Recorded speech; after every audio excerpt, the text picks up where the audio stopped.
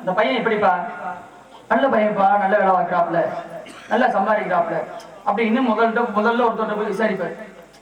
அப்படிதானே? ஏன்னா பிள்ளைய கட்டி கொடுக்க போறோம்ல, மாப்பிள்ளை விசாரிக்க வேண்டியது அவசியம் தானே. சரி, மறுபடியும் வாழ போற இடம் அப்படின்றத விசாரிக்கிறது எல்லா தரப்புக்கும் உண்டான விஷயம் தானே. சரி, ஒரு ஆள் மட்டும் கேட்டு விட்டுருவாங்க? அப்படியே முடியாது இல்ல. ஒரு ஆளை பேச்ச மட்டும் கேட்க முடியாது இல்லையா? அப்ப இன்னொரு ஆள்கிட்ட போய் கேட்கிறாரு. என்னது? எப்படி இந்த மாதிரி என் பிள்ளைக்கு மாப்பிள்ளை பார்த்திருக்கேன், போய் மாப்பிள்ளை வேற முருகன், எதுவும் தண்ணி இன்னி அந்த மாதிரி பழக்க பொம்பளை கேட்கிறது நல்லதானமா?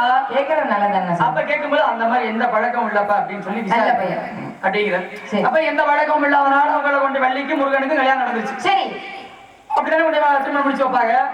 இதுக்கு முன்னாடி நான் உங்களை சந்திச்சிருக்கேன்? இல்ல சுவாமி. நீங்க என்னை சந்திச்சிருக்கீங்களா? கிடையாது. இப்ப நான் முதல்ல உங்களை நான் பார்க்க வர்றேன். கண்டிப்பா அப்படித்தானே வந்திருக்கேன். ஆமா, இது வந்து நிஜம். முதல்ல சொன்னது கதை. ஆமா. இப்ப உனக்கு கல்யாணம். எனக்கா? உனக்கு எனக்கு கல்யாணம் வச்சுக்க.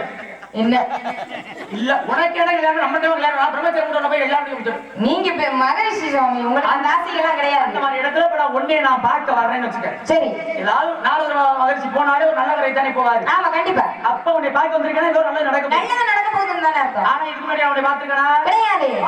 பார்த்ததில்லையே. அப்ப நான் மேலோகத்துல இருந்து வரும்பொழுது முதல்ல ஒருத்தவர்கிட்ட விசாரிக்கிறேன். என்னன்னு? எப்ப அந்த வள்ளின்னு சொல்லி பேசிக்கிறாங்களே அவ எப்படின்னு தான் நான் கேட்டேன். கேட்டீங்களா? கேட்டேன். சரி, நல்ல விதமாக சொல்லி சொன்னாங்க. என்ன சொன்னாங்க? நம்பிராஜன் மக, அவ்வளவுதான் எனக்கு தெரியுது. நீ கேட்ட ஆள் சரியில்லை. அப்ப அவர் கண்டது என்ன? என்னது? அவர் கண்டது என்ன? நம்பிராஜனுடைய மகளாகப்பட்ட. அப்ப அவர் கண்ட மாதிரி சொல்லிட்டாரு. சரி, அடுத்து ஒரு ஆள்கிட்ட தான் கேட்கிற அப்படின்னு இன்னொரு ஆள்கிட்ட போய் கேட்கிறேன். என்னன்னு கேட்டீங்க? அவன் அப்பா வள்ளின்னு சொல்றாரு, அவளுக்கு தெரியுமா அப்ப அந்த பெண்ணை பத்தி ஏதாவது தெரியுமாப்பா அப்படின்னு. அப்புறம் இன்னொரு ஆள் கேட்கிறது. ரெண்டாவது ஆள் இவர் என்ன? முதல்ல கேட்டவர் என்ன சொன்னாரு? என்ன சொன்னாரு? அவர் கண்டது என்ன? நம்பியினுடைய மகளாகப்பட்டது. அவர் கண்ட மாதிரி அவர் கண்ட மாதிரி சொல்றாருல, கண்ட மாதிரி சொல்லிட்டு. அப்ப இன்னொரு ஆள்கிட்ட போய் கேட்கிறேன். அவர் என்ன சொல்றாரு? என்ன சொன்னாரு? நம்பிராஜனுடைய வழக்கு உள்ளப்பா அப்படிங்கிறார். அப்ப இவர் கண்ட மாதிரி சொல்றாரு. சரி, அப்ப முதல்ல கண்டவர் என்ன சொன்னாரு? நம்பிராஜனுடைய மகள்னு சொன்னாரு. அப்ப இவர் எப்படி சொன்னாரு? நம்பிராஜனுடைய வளர்ப்பு மகள்னு சொன்னாரு. அப்ப அவர் கண்ட மாதிரி சொல்றாரு. சரி, இவர் கண்ட மாதிரி சொல்றாரு. அதனாலதான் அப்புறம் மறுபடியும் நான் உன்னை சந்திக்க வந்துட்டேன். உன்னை பத்தி அதான் கண்ட மாதிரி ரெண்டு பேர்ட்ட கேட்டு பார்த்தேன். அவங்க கண்ட மாதிரி சொன்னாங்க. அதான் கண்ட மாதிரி கேள்விப்பட்டேன்னு சொன்ன. இதுல தவறு இருக்கா? என்ன ஆள் அங்க இருந்து கூட்டிட்டு வந்திருக்கீங்களா? இது வந்து தானா சேர்ந்த கூட்டம். தானா சேர்ந்த கேள்விப்பட்ட மாதிரியே இருக்குது. நம்ம எப்பவுமே பேசுங்க. அது அருமையான ஒரு விளக்கம். ஏன்னா ஒவ்வொரு நாரத மகரிஷி வந்தாங்கன்னா ஒரு விதமான ஒரு வாழ்த்தை கொடுத்துட்டு அதுக்கான வாழ்த்துக்கான அர்த்தத்தை சொல்லுவாங்க. ஆக இப்படி எந்த ஒரு மகரிஷியுமே இப்படி ஒரு விஷயத்த சொல்லி நான் கேள்விப்பட்டதே இல்லை சாமி. ஒரு பெண்ணை பார்த்து அருமையான ஒரு வாழ்த்து கொடுத்தீங்க. நம்மளோட பேச்சோட பாணி யார் பேசுற மாதிரி இருக்காது. தனி பாணியா தான் இருக்காது. ஆக ஒரு பெண்ணிடத்துல எந்த விதத்துல பேசணும் அப்படின்றது அருமையான ஒரு பேச்சு. ஏன்னா வந்த உடனேயே அது இது அப்படி இப்படின்னு பேசுறத தவிர்த்து ஒரு பெண்ணிடத்துல எந்த விதத்துல பேசணும் அப்படின்னு அருமையான ஒரு பேச்சு. ஏன்னா பெண்ணுக்குள்ளதானே அடக்கம். என்ன அடக்கம்? வையகமே பெண்ணுக்குள்ளதாங்க அடக்கம். ஆவது முன்னால மனுஷன் அழிவது முன்னாலதான் தெரியுதுல. ஆவது முன்னால் அழிவது முன்னால் அப்படின்னு சொல்லியிருக்காங்க இல்லையா?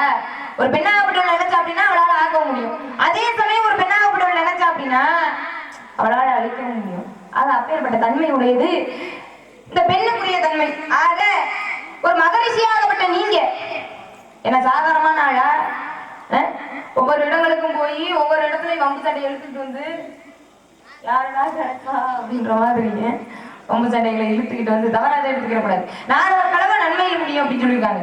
கழகம் பிறந்தாத்தான் நியாயம் பிறக்கும் அப்படின்னு சொல்லியிருக்காங்க. மூத்தம் சொல்வாக்கு முதலடி காய் முன்னேதுவருக்கு பின்னே நினைக்குமாங்க. சரிமா?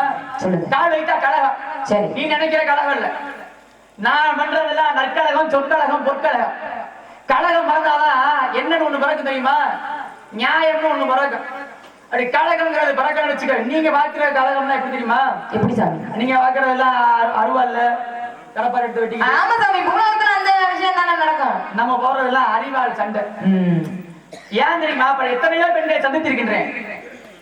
என் கணக்கு ரம்பை ஊர்வசி திலோத்தமை சாவுத்திரி சந்திச்சிருக்கீங்களா? நிறைய பேர் சந்திச்சிருக்கேன். சரி, நான் போன பெண்களுக்கு எல்லாம் சிறப்பு சேர்க்காம ஒரு பெண்ணுக்கு யாருக்காவது சிறப்பு சேர்க்கணும் உன்னால பேச முடியுமா? சாமி, ஒரு விஷயத்தை நல்லா தெரிஞ்சுக்குங்க. நல்லா சொல்லுங்க. என்ன விஷயம் தெரியுமா? நீங்க அத்தனை பெண்கள் இடத்துல போயிருந்தாலும் அத்தனை பெண்கள் இடத்துல இல்லாத ஒரு மதிப்பு மரியாதை என்ன இடத்துல இருக்கும். ஏன் தெரியுங்களா? இந்த உலகத்திலேயே ரொம்ப பணிவான பெண்ணுன்னா என்னையும் தான் சொல்லுவாங்க. நான் ரொம்ப பணிவான பெண்ணு, ரொம்ப உங்களை மாதிரி முனிவர்கள் எல்லாம் பார்த்தா ரொம்ப பணிவாக பேசுவீங்க, ரொம்ப மரியாதை கொடுக்கும். இல்ல, எனக்கு எல்லாமே நீங்க மட்டும் இல்ல, நாரத மகரிஷி வந்தாலே 7 14 லோகத்தில் 30 முக்கோடி தேவர்கள் 40,000 ரிஷிமார்கள் ஏன் இந்திர சபையில கூட்டமே நடந்துகிட்டு இருக்கா? நாரத நான் போனா எந்திரிச்சு அப்பேற்பட்ட கூட்டம், அப்பேற்பட்ட மரியாதை இருக்கு. எவன் நீ போக முடியுமா? எவன் போய் நீ திரும்ப முடியுமா? எவன் வரைக்கும் நான் போவேன். அப்ப அப்பேற்பட்ட சிறப்பு நிறைய இருக்கிறது. ஏன் இவ்வளவு நான் பெருமை சேர்க்காத பெண்கள் யாராவது இருக்காங்க? சாவித்திரி இறக்க போற, சாவித்திரிங்க சத்தியவாணி இறக்க போறாரு. சரி, சத்தியவாணி இறக்க போறது எனக்கு தெரியும். சத்தியவாணி இறக்க வேண்டுங்கிறது விதிதான். ஆனா யாருக்கு திருமணம் முடிச்சு வச்சேன்? சாவித்திரியை திருமணம் முடிச்சு வச்சேன். திருமணம் முடித்து வைத்து சத்தியவனுடைய உயிரை யமபட்டணம் சென்று உயிரை மட்டுமல்ல தன் இழந்த சொத்து வத்தும் தன்னுடைய மாமனார் மாமியாருடைய கண் பார்வையில் மீட்டு வந்தா, தன்னுடைய உயிரை கணவனுடைய உயிரை மீட்டு வந்தா, பிள்ளை வரம் வாங்கி வந்தா. அப்பேற்பட்ட சிறப்பு காரணம் யாரு? இந்த நாரத மகிழ்ச்சானா? லீலாவதி முட்டிகளா? சொல்லுங்க. யாரு தெரியுமா? இரணியம் முண்டாட்டி. சரி, இரணியங்கிறவன் அரக்கன். அவன் என்ன செய்யறான் தெரியுமா? இந்த உலகத்துல இருக்கக்கூடிய தேவர்கள் ஆச்சு எல்லாரையும் தன்னுடைய கட்டுப்பாடுகளை வச்சு நான் சொல்ற தானே நீங்க கேட்கணும். நான் நின்று நிக்கிறேன், உட்காரணும் அப்படின்னா அப்பேற்பட்டவனுடைய ஆணவத்தை அழிக்கணும் அப்படிங்கிறதுக்காக யாருனாலையும் முடியல. என்ன செய்யறேன் தெரியுமா? என்ன செஞ்சீங்க பாருங்க. ஒரு கற்பிணியாகப்பட்டவள் எத்தனை 10 மாசம் தான் குழந்தைய சுமக்க முடியும். ஆமா சுமக்க. அவ எத்தனை மாசம் தெரியுமா குழந்தை? எத்தனை வருஷம் தெரியுமா குழந்தைய சுமந்தா? 1000 வருஷம் குழந்தைய சுமந்தா. அதான் லீலாவதி இரணியம் முண்டாட்டி. 1000 வருடம் போறேன் தொப்பில் அருகாமையில ஓம் நமோ நாராயண அப்படின்னு பாட்டோடைய நாமத்தை எடுத்துருந்தேன். புள்ள உறந்தேன். அவன் யாரு தெரியுமா? அவன் தான் பக்த பிரகலாதன்னு பேரு. உலகமே தேவர்கள் அனைவருமே என்ன சொல்றாங்க? இரணியாயனமகன் சொல்லும் போது இவனுக்கு பிறந்த புள்ள என்ன சொல்லி சொல்லிச்சு? இரணியாயனமகன். நான் ஏன் சொல்லணும்? இரணி என்கிறது எங்க அப்பா. சாதாரண அழுத. உலகத்துல இறைவன் என்றாலே ஒருவன் தான். அது மகாவிஷ்ணு தான். மறந்தாமன் தான். அவருடைய நாமத்தை தவிர வேற யார் நாமத்தையும் சொல்ல மாட்டேன். எப்படி யார் நாமத்தையும் சொல்ல மாட்டேன். அப்பதான் பாருங்க, மச்சம் குருமம் வராக வாமனம் நரசிம்மம் பரசுராம ராம பலராம கண்ணா கல்கிற 10 அவதாரம் அதை எடுத்தார் பாருங்க. நரசிம்ம அவதாரம். அந்த நரசிம்ம அவதாரம் எடுத்து இந்த உலகிற்கு நன்மையை எடுத்து காட்டியது யாரு? இந்த நாரத மகர்ஷி. இத மாதிரி எவ்வளவோ நாரதருடைய பெருமை பேசுவோம் அப்படின்னு நிறைய பேசிக்கிட்டே இருக்காங்க. சரி, அதெல்லாம் இருக்கட்டும். கதைக்குள்ள உங்க கதைக்குள்ள வருவோம். தொண்டை நாடு இல்ல ஓ நாடு. ஆமா, எப்படி சொன்ன தொண்டை நாடு? என்ன வம்பா இருக்குது? நாட்டினுடைய பெயரை கேட்டா தொண்டை நாடுன்னு சொல்ல முடியும். எப்படி சொன்னு கேட்டா வாயில சொன்னு சொல்லக்கூடாது. நான் 3 மலை நாடுன்றேன். சேர நாடு, சோழ நாடு, பாண்டிய நாடு. சேர நாடு, சோழ நாடு, பாண்டிய நாடு அப்படின்னா 3 நாடுக்கு சிறப்பு நான் சொல்லிடுவேன். சேர நாடு அப்படின்னா கேரள பகுதி. வேலமுடைத்து அப்படின்னா யானை அதிகமா இருக்கு, அதனால அதனுடைய தந்தத்தை விட்டு தன்னுடைய வாழ்வாதாரத்தை பூர்த்தி செய்து கொண்டார்கள். அதனால சேர நாடு வேலமுடைத்து. சோழ நாடு சோறு உடைத்து அப்படின்னா அன்னைக்கு தாய் காவிரி வளம் கொண்டு இருக்கிறோம். அதனால 3 போகம் விவசாயம் நடந்து கொண்டு இருக்கிறது. சோத்துக்கு பஞ்சமே இல்லை. அதனால சோழ நாடு சோறு உடைத்து. பாண்டிய நாடு முத்துடைத்து அப்படின்னா தூத்துக்குடியில முக்குளித்து அதிகமாக வணிகம் செய்த பகுதி எது அப்படின்னா பாண்டிய நாடு மதுரை என்பது. மதுரையில உண்டான அந்த முத்துக்களை வித்ததனால முத்துடைத்து அப்படிங்கிற ஒரு சிறப்பு வந்து பாண்டிய நாட்டுக்கு மதுரை மதிப்பு உண்டு. தொண்டை நாட்டுக்கு என்ன சிறப்பு? என்ன சாமி இப்படி கேட்டுட்டீங்க? இத்தனை நாடுகளுக்கும் சிறப்பு இருக்கும் பொழுது எங்களுடைய நாட்டுக்கு சிறப்பு இருக்காதா? எங்களுடைய நாட்டுக்கு என்ன தெரியுமா சிறப்பு? சான்றோர்கள் உடைத்து அப்படின்னா என்ன? குறிப்பறியும் தன்மையுடையவர்கள் எங்களுடைய நாட்டில் அதிகமாகவே இருக்கிறாங்க. அது மட்டும் கிடையாது, எப்பேற்பட்ட ஆளுகள் பிறந்த நாடுகள் தெரியுமா? 63 நாயன்மார்கள் தோற்றுவிக்கப்பட்ட நாடே எங்களுடைய நாடுதான். எப்பேற்பட்ட சிறப்பு வாய்ந்த நாடு தெரியுமா? என்ன அப்படி சாதாரணமா கேட்டுட்டீங்களே? என்ன சிறப்பு இருக்குன்னு எல்லாத்தையும் தெரிந்தவர் தானே தாங்கள். உங்களுக்கு தெரியாதது இருக்கா? 63 நாயன்மார்களும் தோற்றுவிக்கப்பட்ட நாடு. இப்ப நாரதர் பற்றி படிக்கிறோம் அப்படின்னா அதுக்கு நாரத புராணம் பேரு. பிரம்மனை பத்தி படிக்கிறோம் அப்படின்னா பிரம்ம புராணம் பேரு. அப்படி ஒவ்வொருத்தவங்க சிறப்பை பத்தி படிக்கிறோம் அப்படின்னா அதுக்கு பேர் இருக்கு. ஆனா சிவனுடைய அடியார்களை பத்தி படிக்கிறோம்ல, அதுக்கு என்ன புராணம் தெரியுமா? என்ன புராணம் சொல்லுங்க? பெரிய புராணம். பெரிய புராணம். ஆமா, பெரிய புராணம். இந்த பெரிய புராணத்தை எழுதி யார் தெரியுமா? சேக்கிழார் பெருமான். சேக்கிழார் பெருமான் தான் அது 3வது எழுதுறாரு. அது வேணாம். அந்த 63 நாயன்மார்கள்ல அதிகம் நாயன்மார்கள் நிறைந்த பகுதி அப்படி சொல்லணும். அதிகமான நாயன்மார்கள் நிறைந்த பகுதி தான் உங்க தொண்டை நாடு. இந்த தொண்டை நாட்டுகள் அப்படின்னா ஆன்றோர்களும் சான்றோர்களும் நிறைந்த பகுதி அப்படின்னா ஆண்டோர்கள் ஆக சிறந்த அறிவாளிகள் நிறைந்த பகுதி அப்படின்னா ஏன் இப்ப சேர நாட்டுல அறிவாளி இல்லையா, ஏன் சோழ நாட்டுல அறிவாளி இல்லையா, ஏன் பாண்டி நாட்டுல இல்லையா, அந்த சோழ நாட்டில் பிரிக்கப்பட்டதான் தொண்டை நாடு அறிவாளி இல்லையா அப்படின்னா ஆக நிறைய மிகச்சிறந்த அறிவாளிகள் எல்லாம் ஏன் இவ்வளவு ஏன் சுத்துறோம் அங்கேயா அங்க சுத்தி இங்கே சுத்தி. இந்த உலகத்துல 3 மதம் இருக்குல்ல, என்னென்ன மதம்? கிறிஸ்தவ மதம், இந்து மதம், இஸ்லாமிய மதம். இந்த ஒவ்வொரு மதத்திற்கும் ஒவ்வொரு நூல் இருக்கு. சரி, இந்த இந்து மதத்துக்கு என்ன நூல் தெரியுமாமா? சொல்லுங்க. என்னது? பகவத்கீதை. பகவத்கீதை. இந்த இஸ்லாமிய மதத்துக்கு என்ன நூல் தெரியுமாமா? குரான் அப்படின்னு சொல்லுவாங்க. குரானை சொல்றோம். அதே இந்த கிறிஸ்தவருக்கு எதை சொல்றோம் தெரியுமா? பைபிள் அப்படின்னு சொல்லுவாங்க. ஆனா எம்மதமும் சம்மதம் அப்படிங்கறத நிறைவுபடுத்தக்கூடிய ஒரு நூல் நான் எதுவும் சொல்றது எதை தெரியுமா சொல்லுவோம்? எதை சொல்லுவோம்? சொல்லுங்க. அதான் உலக பொதுமறை என்று சொல்லக்கூடிய திருக்குறளை சொல்லுவோம். இப்ப திருக்குறள் ஒன்னே முக்கால் அடியில 1330 குறள் 133 அதிகாரம். அப்ப 1330 குறளை வகுத்து கொடுத்தது யாரு அப்படின்னு தெரியுமா? யாரு சொல்லுங்க? சென்னா போதர்னு ஒரு பேர். சரி, பொய்யில் புலவர்னு பேர். பொய்யிலே புலவர், பொய்யிலே புலவர் திருவள்ளுவர். வள்ளுவர் பிறந்த நாடு எது அப்படின்னா அப்பேற்பட்ட சோழவள நாட்டிலே தொண்டை நாட்டு. இவ்வளதையும் அப்ப மண்ணால் ஆனது எதை சொல்றோம்? மண்ணால் வந்தது மகாபாரதம், பெண்ணால் ஆனது ராமாயணம். ராமாயணம் சொல்றோமா? இந்த ராமாயணத்துல ராமாயணம் சொன்னாலே எந்த ராமாயணத்தை தெரியுமா சொல்லுவோம்? சொல்லுங்க. எந்த ராமாயணம்? பல ராமாயணங்கள் இருக்கு. ராமாயணத்துல பல ராமாயணம் இருக்கு. ஆனா எந்த ராமாயணத்தை தான் சிறப்பா சொல்றோம்? கம்ப ராமாயணத்தை சொல்றோம். ஏன் கம்ப ராமாயணத்தை சொல்றோம்? ஏன்? கம்பன் வீட்டு கட்டுத்தரையும் கவிவாடுங்கிறாங்க. கம்பன் வீட்டு கட்டுத்தரையும் கவிவாடுனா கம்பன் வீட்டு கட்டுத்தரையா கவிவாடுச்சு கிடையாது இல்ல. கம்பன் வீட்டு கட்டுத்தரை வேலை வாங்கக்கூடிய வேலையாடி பெண்ணாகப்பட்ட கவிவாடினானா அப்ப எந்த அளவுக்கு அவருடைய கவியினுடைய புலமை இருந்திருக்கு, அவருடைய தமிழ் புலமை இருந்திருக்கேன். இப்ப கம்ப ராமாயணத்தை தான் சொல்றோம். பாருங்க, எழுதினவன் ஏட்ட கிழிச்சா படிச்சவன் பாட்டை கொடுத்தான்னு சொல்றேன். சமஸ்கிருதத்துல கொடுத்தது யாரு அப்படின்னா ரச்சகன் என்று சொல்லக்கூடிய வழிபறை கொள்ளைக்காரன் என்ற பெயரோடு கொடுத்தான் தெரியுமா? என்ன பெயரோட கொடுத்தான்? வால்மீகி ஆகப்பட்டவர் எழுதினாரு. எப்படி வால்மீகின்னு ஒரு பேர் வந்துச்சு? ஏன் தெரியாத மாதிரி கேக்குறீங்களே? எனக்கு தெரியும். தெரியுமா? ஒரு ஆசிரியர் இருக்காருல்ல, ஒரு ஆசிரியர் மாணவர்கிட்ட கேட்கக்கூடிய கேள்வி எப்படி தெரியுமா இருக்கும்? இன்னைக்கு பாடம் நடத்துறாரு. இன்னைக்கு பாடம் நடத்திட்டு நாளைக்கு வந்து அந்த கேள்வியை கேட்பாரு. ஏன் நம்ம நடத்துனதுல என்ன தெரிஞ்சுக்கிட்டா அந்த பையன் ஆகட்டும் என்ன தெரிஞ்சுக்கிட்டா அப்படின்னு இவருக்கு தெரியாம கேட்கிறாரு. என்ன தெரிஞ்சுக்கிட்டாங்க விஷயத்தை இவர் தெரிஞ்சுக்கிறானா அப்படிங்கிறதுக்காக கேட்கறதான் கேள்வி. நான் தெரியாம கேட்பான் அவன்கிட்ட. அதாவது சொல்லுங்க, ராமாயணம் அப்படின்னு எடுத்துக்கிட்டா பல ராமாயணங்கள் இருக்கு நீங்க சொன்ன மாதிரி. ஆனா ஒவ்வொரு இடத்திலையும் ஒவ்வொரு விதமாக தோற்றுவிக்கப்பட்டிருக்கு. ஏன்னா சீதையாகப்பட்டவளை ராவணனாகப்பட்டவன் தொட்டான் அப்படின்னு சொல்லி ஒரு ராமாயணத்துல சொல்லப்படும் இல்லையா? சீதையாகப்பட்டவளை முடியை பிடித்து கூந்தலை பிடித்து இழுத்து கொண்டு போனா அப்படின்னு சொல்லி ஒரு ராமாயணத்துல சொல்லப்படும். ஆனா உண்மையான விஷயம் என்ன? ராவணன் தொட்டானா? கிடையாது. அவன் தொட்டிருந்தானா அன்னைக்கு அழிஞ்சிருப்பான் இல்லையா?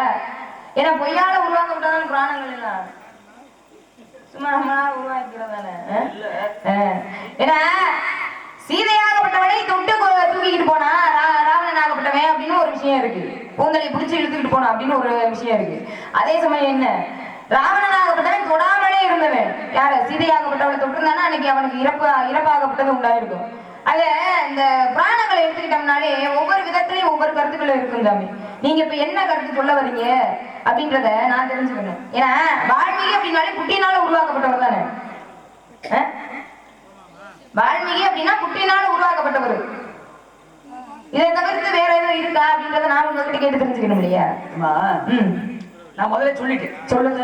ரச்சகன் தான் அவனுக்கு பேர். வழிப்பறி கொள்ளைக்காரன். அவனுக்கு வழிப்பறி கொள்ளைக்காரன் தாங்க. அவனுக்கு எப்படி வால்மீகின்னு பேர் வந்தது? எப்படி சொல்லுங்க? யார் நடந்துச்சு தெரியுமா? பேசுறீங்க புராணங்கள் அப்படின்னா பொய் அப்படின்னா ஏன்னா ஒவ்வொன்றுக்கும் ஒரு சான்று இருக்கு. ஒவ்வொன்றுக்கும் ஒரு சான்று இருக்கு. அப்படின்னா ராமன் பிறந்தது அயோத்திங்கிறோம். அயோத்தி எங்க இருக்கு? அயோத்திங்கிறது என்ன மாநிலம் தெரியுமா? மகாராஷ்டிரா மாநிலம். ஆனா சீதையை இந்த இடத்துல கண்டேன் தேவியை அப்படின்னு ஆஞ்சநேய பெருமான் வந்து ராமன் சொன்னனால அந்த ஊருக்கு பேரு கண்ட தேவி அப்படின்னு ஒரு சான்று சொல்றாங்க. அப்படின்னு ஒரு சான்று. நான் எதுக்கு இந்த ராமாயணத்தை சொல்றேன் அப்படின்னா இதற்கு நான் யாரை சிறந்த அறிவாளி தொண்டை நாட்டில் இருக்கான்னு சொல்லக்கூடிய அந்த கம்பனாகப்பட்ட ஒரு பிறந்தது தான் அந்த தொண்டை நாட்டுல தான். எத்தனையோ ராமாயணம் இருக்கு. ஏன்னா ராவணேஸ்வரன் பெண்ணை தொட்டா அப்படின்னா வேற பெண்ணை தொட்டா அப்படின்னா கட்ட மனைவியை தவிர தொட்டா அப்படின்னா அழிஞ்சு போயிடுவேன். வாங்கின சாபம் அந்த மாதிரி. அப்ப என்ன செய்யற அப்படின்னா எத்தனையோ ராமாயணம் இருக்கிறது. எத்தனையோ ராமாயணம் இருந்தாலும் கம்ப ராமாயணத்தை மிக சிறப்பாக பேசப்படுகிறது. ஏன்னா அவருடைய கவித்தன்மை இந்த மாதிரி, கவியுடைய புலமை இந்த மாதிரி. அதான் எழுதுனவன் ஏட்ட கிழிச்சான், படிச்சவன் பாட்டை கொடுத்தாங்க. எழுதுனவன் ஏட்ட கிழிச்சானா எழுதுனவன் யாரு? சமஸ்கிருதம் கொடுத்தது வாழ்வி கேட்ட பெயரோடு தமிழ்ல மொழியாக்கம் செய்த 2 பேர். யார் தெரியுமா? முதல்ல ஒட்ட கூத்தரு. முதல்ல 7 காண்டம் கொடுத்தார். பாலகாண்டா, அயோத்தியகாண்டா, ஆரண்யகாண்டா, கிஷ்கிந்தகாண்டா, சுந்தரகாண்டா, யுத்தகாண்டா, உத்தரகாண்டா 7 காண்டம். ஆனா அது 7 உத்தரகாண்டத்தை தவிர்த்து கொடுத்தவர் தான். கொடுத்ததுதான் யாரையும் கம்பராக்கப்பட்டது 6 காண்டம். அதனாலதான் கம்ப ராமாயணத்துக்கு பெருமை. ஏன்னா நூலாக்கப்பட்டது மக்களுக்கு போய் சேரணும். மக்களுக்கு போய் சேர்ந்தா நல்ல கருத்தோடு சேரணும். மூல கருத்துக்கள் ஒண்ணு இருக்கணும். தவறான எண்ணத்தில் போய் சேர்ந்துச்சுன்னா மக்களும் அதே நடைமுறை கொண்டு வந்துருவாங்க. அப்படிங்கிறதுக்காக தான் பன்னங்க சாலையோடு பெயர்த்து எடுத்துச்சு போன ராவணேஸ்வர சீதை அப்படின்னு சொல்லி கொடுத்துருக்காரு. பாருங்க, அப்பேற்பட்ட கவி நயம் எத்தனையோ பேர் வெட்டப்பட்ட தலையை ஒட்ட வைக்கிறதுக்காக கவி வர்றாரு. யாரு? ஒட்டக்கூத்தர். அவருக்கு கவி சக்கரவர்த்தின்னு பேர் இல்ல. கம்பருக்கு தான் கவி சக்கரவர்த்தின்னு பேர். ஏன்னா அவருடைய கவி நயம் அந்த மாதிரி, அவருடைய தமிழ் புலமை அந்த மாதிரி. சீதையை சிறை எடுத்துட்டு போயிட்டார் ராவணேஸ்வரன். அப்ப முதல்ல ராமாயணத்தில் தூது சென்றவன் யார் அப்படின்னா அங்கதன். தேடி போனது ஆஞ்சநேய பெருமான் சொல்றாங்க. அவர் போயிட்டாரு. அங்கதனால கண்டுபிடிக்க முடியல. ஆஞ்சநேய பெருமான் போறாரு. ராமனுடைய மனம் கலங்கி ரொம்ப மனசு நொந்து போயிட்டாருங்கிறதுக்காக தேடி போறாரு. இங்க இலங்கைக்கு போயிட்டு சீதாதேவியை பார்த்துட்டாரு. எங்க அசோகவனத்துல இருக்காங்க, பார்த்துட்டாரு ஆஞ்சநேய பெருமான். பார்த்து தன்னுடைய வரவை எண்ணி காத்துருப்பார். அப்படிங்கிறக்காக ராமனுக்காக என்ன செய்தார் தெரியுமா? வந்த உடனே மற்ற ராமாயணத்துல எழுதியிருக்காங்க. சீதையை பார்த்தேன் அசோகவனத்தில், ராவணேஸ்வரனை பார்த்தேன் அசோகவனத்தில் இருக்கிறார் அப்படி இப்படின்னு சுத்தி முத்தி போட்டிருப்பாங்க. ஆனா கம்ப ராமாயணத்துல மட்டும்தான் முதல்ல எடுத்தவனே கண்டேன் சீதையை அப்படிங்கிற ஒரு செய்தியாகப்பட்டது இருக்கும். முதல்ல கண்டேன்ங்கிற ஒரு செய்தியை கொடுத்தவர் யார் அப்படின்னா அவர் தான். யாரு? கம்பராகப்பட்டவர். ஆக சிறந்த ஒரு அறிவாளி, கவித்தன்மையிலே கவியிலே மிக சிறந்த புலமையானவர். அதனாலதான் அப்பேற்பட்ட கவி சக்கரவர்த்தி கம்பனாகப்பட்டவன் பிறந்தது எது அப்படின்னா இந்த சோழவள நாட்டிலிருந்து ஆதுண்டை சக்கரவர்த்திக்காக பிரித்து கொடுக்கப்பட்டது தொண்டை நாடு. இந்த தொண்டை நாட்டுல பிறந்தவர் கம்பர். மிக சிறந்த அறிவாளிகளாகப்பட்ட பேசப்படனா இன்னும் நிறைய பேர் அறிவாளிகளாக சொல்லலாம். அப்ப ராமாயணத்திற்கு அவ்வளவு சிறப்பு இருக்குது. மகாபாரதத்தை எழுதியது யாரு? வேதவியாசர் சொல்ல விநாயக பெருமான் எழுதினார். எந்த மொழியில? எந்த மொழியிலன்னு தெரியாத? இந்த தெரியாதான் ஒரியாதான்னு கேட்ட ஒரு விஷயத்த கேக்குறீங்க. வேதவியாசர் சொல்ல விநாயக பெருமான் எழுதிட்டாரு. முடிஞ்சா எதுக்கு இந்த வடவலன்ற பேச்சு? வடவல நான் பேசுறேன். நான் வடவலன்னு பேசினா வாய்ப்பு கேடு. வருஷ ஒரு புள்ள வச்சா புள்ளைக்கும் கேடு ஆத்தாளுக்கும் கேடு அப்படிங்கிறது எனக்கு நல்லா தெரியும். நான் வடவலன்னு பேச மாட்டேன். நீங்களே பெண்ணுருவமாக மாறி குழந்தையை பெற்றவர் தானே. நான் சொல்லி பெருங்க வழங்க வைக்கிறேன். அதான் ஒரு அறிவாளிக்கு அழகு. சும்மா பூரா கதையும் அப்படியே பேச நீங்க கேட்டதுக்காக அந்த கதையை நான் சொல்ல வந்தேன். சரி. அப்ப வேதவியாசர் சொல்ல விநாயக பெருமான் எழுதுறாரு. இந்த மொழியில் அப்படின்னா சமஸ்கிருதத்துல. எங்க உட்கார்ந்து எழுதுறாங்க தெரியுமா? மேருமலை. மேருமலை எங்க இருக்கு? இமயமலை பக்கத்துல. அப்ப எழுதுறாரு. அவர் தமிழ்ல மொழியாக்கம் செய்திருப்பாங்கல்ல. யார் தமிழ்ல மொழியாக்கம் செய்தது? என்ன அப்படி பாதியோன்னு நிக்கிறீங்க? என்ன ஒரு விஷயத்த சொன்னா அதை முழுமையா சொல்லி முடிச்சிடணும். இந்த வளவளன்னு அடுத்த ஒரு ஆள் விட்டு பேச இது மக்களிடத்துல போய் சேராது. பேசுங்க. ஒரு விஷயத்த சொல்லுங்க. வேதவியாசர் சொல்ல விநாயக பெருமான் எழுதிட்டாரு. அது சொல்லி முடிச்சிட்டோம்ல. அப்புறம் நீங்க சொல்லுங்க. சொல்லி முடிச்சுட்டு மறுபடியும் கேட்டேன். என்ன கேக்குறீங்க? நீங்க கேக்குறதுல நான் பதில் சொல்றதுக்கு தான் வந்திருக்கேன். பெரிய நம்ம தெரியாத விஷயத்த கேக்குறீங்க. சரி, அப்ப நீ என்ன சொல்லுங்க? விஷயத்துக்கு வாங்க. சும்மா அதே இடத்துல நின்னுக்கு இருந்தா என்ன அர்த்தம்? நான் அதை விட்டு தாண்டி வந்தேன். நீ தாம சொல்லணும். அதுதான் நான் சொல்லிட்டேனே. வேதவியாசர் சொல்ல விநாயக பெருமான் எழுதி முடிச்சிட்டாருன்னு சொல்லிட்டேனே. வேதவியாசர் சொல்ல விநாயக பெருமான் எழுதினாங்க சமஸ்கிருதத்துல. சரி. தமிழ்ல மொழியாக நீங்க யாருன்னு கேட்டிருக்கேன். அதை சொல்லு. சரி சொல்லுங்க. ஏன் சொல்ல தெரியாத உங்களுக்கு? வாய் இல்லையா? சொல்லுங்க. நான் தாம சொல்லிக்கிட்டு வந்தது. என்ன சொன்னீங்க? என்ன விஷயத்தை சொன்னீங்க? நான் தான் பேசிக்கிட்டு இருக்கேன் எல்லாத்தையும். என்னது பேசுனீங்க? என்ன விஷயம்? காதை புத்திக்கிட்டு என்னங்க பேசுறீங்க? சரி, என்ன கேட்கணும்னு ஆசைப்படுறேன். பாவம் இல்ல, இதை கேட்கறதுனா 1000 விஷயம் கேட்கலாம். சரிங்களா? யாரும் தெரிந்தவரும் கிடையாது, தெரியாதவரும் கிடையாது. கட்டுறது கைமண் அளவு, கல்லாதது உள்ளகளவு அப்படின்னு சொல்லியிருக்காங்க. கலைவாணியாகப்பட்டவளே உங்களுடைய தாயாகப்பட்டவளே கற்றுக்கொண்டிருக்காங்க. யாருகிட்ட? ஹயக்கிரிவன்கிட்ட. ஹயக்கிரி வருங்கிறதுக்கு எத்தனை அறிவு தெரியுமா? இருங்க. அது அப்பேற்பட்ட கலைவாணியாகப்பட்டவளே கற்றுக்கொண்டிருக்க. அப்படி இருக்கிறப்ப நீங்க என்ன நான் என்ன? ஒரு விஷயத்த பேச வந்தா அதை முழுமையா பேசி முடிச்சிடணும். கட்டுறது கைமண் அளவு, கல்லாத உலகளவு, உற்ற கடமை ஓதினால் மெத்தவர் தந்தையும் கூற வேண்டாம் எருமும் தங்கையால் என் சார்ந்தாங்க. கட்டது கைமண் அளவு தானே, கல்லாதது உலக அளவு அப்படின்னா இதை எதுக்கு சொல்ல வரேன் அப்படின்னா, கற்றது கைமண் அளவுனா அப்ப கற்கக்கூடிய விஷயம் ஒரு மனிதனாகப்பட்டவன் எப்பொழுது தன்னை மாணவனாக கருதுகிறானோ நினைக்கிறானோ அப்பொழுதே அவன் ஆகத்திறந்த அறிவாளி ஆகிறான். நான் எல்லாம் தெரிஞ்சுட்டேன்னு ஒருத்தர் நினைக்கிறான் பத்தியா, அப்பொழுதே அவன் முட்டாளாயிரம். வேத வித்யா சொல்ல விநாயகர் பெருமாள் எழுதுகிறார் சமஸ்கிருதத்தை தமிழ்ல மொழியாக்கம் செய்த ஸ்ரீவில்லிபுத்தூர். இந்த ஸ்ரீவில்லிபுத்தூருக்கு என்ன சிறப்பு தெரியுமா? ஆண்டாளுடைய கோபுரம் சிறப்பு. ஏன் அப்படின்னா எம்மதமும் சம்மதம் அப்படிங்கிறத நிரூபித்தது அங்கேதான். எந்த ஒரு சிற்பமுமே கிடையாது. அதனாலதான் ஸ்ரீவில்லிபுத்தூருடைய ஆண்டாளுடைய கோபுரத்தை தமிழகத்தினுடைய முத்திரை சின்னமாக வைத்திருக்கிறார்கள். இதை யார் தெரியுமா முதல்ல வைக்க சொன்னது? முதல் குடியரசுத் தலைவர் ஓமந்தூர் ராமசாமி ரெட்டியார் தான் சொல்றாரு முதல்ல இதை வைக்கணும் அப்படின்னு. அதே மாதிரி இன்னொரு ஆலயம் தெரியுமா? அது எங்க தெரியுமா? அதான் திருக்கானப்பேர் என்று சொல்லக்கூடிய காளையார் கோவில் இருக்கு. சோமேஸ்வரர், சுந்தரேஸ்வரர், சொர்ணேஸ்வரர், சொர்ணகாலீஸ்வரர் 3 சிவலிங்கம் உள்ள ஒரு ஆலயம் அப்படின்னா அது காளையார் கோவில். அங்கே ஒரே ஒரு நிலை மட்டும் மாறுபட்டு இருக்கிறது. என்ன அப்படின்னா மகாலட்சுமியுடைய சிற்பம் நுழைவாயில இருக்கு. அதனால மகாலட்சுமி என்பது வைணவத்தை குறிக்கும். அதனால அந்த அந்த கோபுரத்தை தமிழகத்தினுடைய முத்திரை சின்னமாக வைக்கவில்லை அப்படின்னு. இப்ப தமிழ்ல மொழியாக்கம் செய்தார் யார் அப்படின்னா ஸ்ரீவில்லிபுத்தூர் அவர்கள் தான் மொழியாக்கம் செய்தார். சரிங்க சாமி. என்னமா இல்லைங்கிறீங்களா? இல்லைன்னு சொல்ல முடியுமா? கற்றது கைமண்ணால தான் சொன்னீங்க. வெள்ளை கழிவுடுத்து வெள்ளை படிபோட்டு வெள்ளை கமிழத்து விட்டு இருப்பார். வெள்ளை அரியாசனத்தோட நீ சவியாசனம் வைத்த தாய் அப்படின்னா அதான் கல்விக்கு அதிபதி யார் அப்படின்னா என் தாய் சரஸ்வதி. அப்பேற்பட்டவரை கைக்கறிவிடம் இந்த 5 அறிவு கொண்டுதான் லட்சியம். அதுகிட்ட வந்து கல்வியை கத்துக்கிட்டு இருக்கார். ஏன் எனக்கு ஆசான் யாரு? 4 அறிவு கொண்ட கோட்டானாகப்பட்டது 4 அறிவு தான் இருக்கு. அதுகிட்ட தான் நான் கல்வியை கத்துக்கிட்டேன். அப்ப பாருங்க, கல்வி இந்த உலகத்துல கல்விங்கிறது மிக மிக அவசியம் அப்படிங்கிற உண்மை அப்படித்தானே? ஆமா சார். கல்வின்னு ஒண்ணு இருந்துச்சு வச்சுக்கோங்களே, நம்ம ஒரு மேன்மையான நிலையை அடைஞ்சிடலாம் அப்படிங்கிற. கல்வியை கற்கணுமா? எப்படி கற்கணுமா? கற்க கசடர கற்பதை கற்ற பின் நிற்க அதற்கு தகங்கிறாங்க. அப்படின்னா என்னன்னு தெரியுமாமா? சொல்லுங்க சார். நீ மூளை கருத்தாக கல்வியை கற்க வேண்டும் ஐயா அப்படிங்கிறாங்க. நீ கல்வியை கற்பது மிகப்பெரிய விஷயம் இல்லை. நீ கல்வியை கற்ற அப்படின்னா எப்படி கற்கணுமா? கசடர கற்கணும். கற்க கசடர. கசடரனா என்ன? பிழை இல்லாமல் கல்வியை கற்க வேண்டும். நீ பிழை இல்லாமல் கல்வியை கற்பது மிகப்பெரிய விஷயம் அல்ல. பிழை இல்லாமல் கற்ற கல்வியை பிறருக்கு உதவும்படி எடுத்துரைக்க வேண்டும் அப்படிங்கிறார் வள்ளுவர். அப்ப கல்விங்கிறது மிக மிக அவசியம் அப்படிங்கிறத நான் தெரியும். அருமையான ஒரு விஷயம். ஏன்னா கல்வி அப்படின்றது மிக மிக அவசியம் அப்படின்னு சொல்லியிருக்கீங்க. ஒரு இடத்துல எந்த இடத்துல கல்வியை கற்றுக்கிறது தவறு இல்லை. எந்த இடத்துல பேசணும், எந்த இடத்துல பேசக்கூடாது அப்படின்ற ஒரு பக்குவம் இருக்கு. எல்லா இடத்துலயும் பேசிக்கிட்டே இருந்தோம் வச்சுக்கோங்களேன், என்னடா வந்ததுல இருந்து பேசிக்கிட்டே இருக்கேன் அப்படின்னு நினைப்பாங்க. அதே சமயம் பேசாமலே இருந்தோம் வச்சுக்கோங்களேன், என்ன பார்த்து எதுவுமே பேசாம இருக்குது அப்படின்னுவாங்க. ஏன்னா எந்த இடத்துல பேசணும் அப்படின்ற பக்குவம் இருக்கு, வரமுறை இருக்கு. இருக்கட்டும், அந்த கல்வியை பற்றி எல்லாம் தெரிந்தார் கூட பேசுனீங்க. யாரு? இந்த கல்வியை பற்றி எல்லாம் தெரிந்தார் கூட பேசுனீங்க. இப்போ புராணங்களை ஆரம்பத்தில் சொன்னீங்க. புராணங்களை வந்து ஒவ்வொரு புராணங்களும் ஒவ்வொரு விதமாக இருக்கு. இப்ப சிவனுக்குரிய புராணம் பெரிய புராணம், விஷ்ணுக்குரிய புராணம், இந்த மாதிரி பல விஷயங்கள் சொன்னீங்க. இப்ப உங்களுக்கே ஒரு புராணம் இருக்கு. என்ன புராணம்?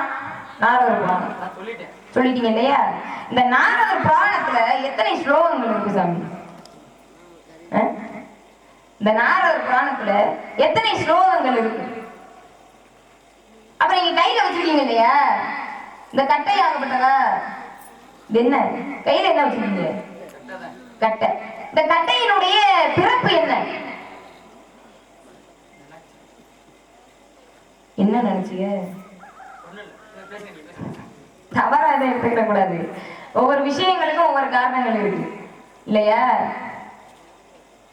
ஏன்னா எல்லா இடங்கள்லயும் எல்லா விதத்தையும் சொல்ல முடியாது. ஒவ்வொரு இடங்கள்ல மட்டும்தான் சொல்ல முடியும். எல்லா இடத்துலயும் எல்லாத்தையும் சொல்ல முடியுமா? இப்ப நீங்க கையில வச்சிருக்கீங்க, அந்த கட்டையினுடைய பிறப்பு என்ன? இப்ப நாரதரா வந்துட்டா போதுமா? கிடையாது. இந்த நாரதர் புராணத்துல எத்தனை ஸ்லோகங்கள் இருக்கு சொல்லுங்க.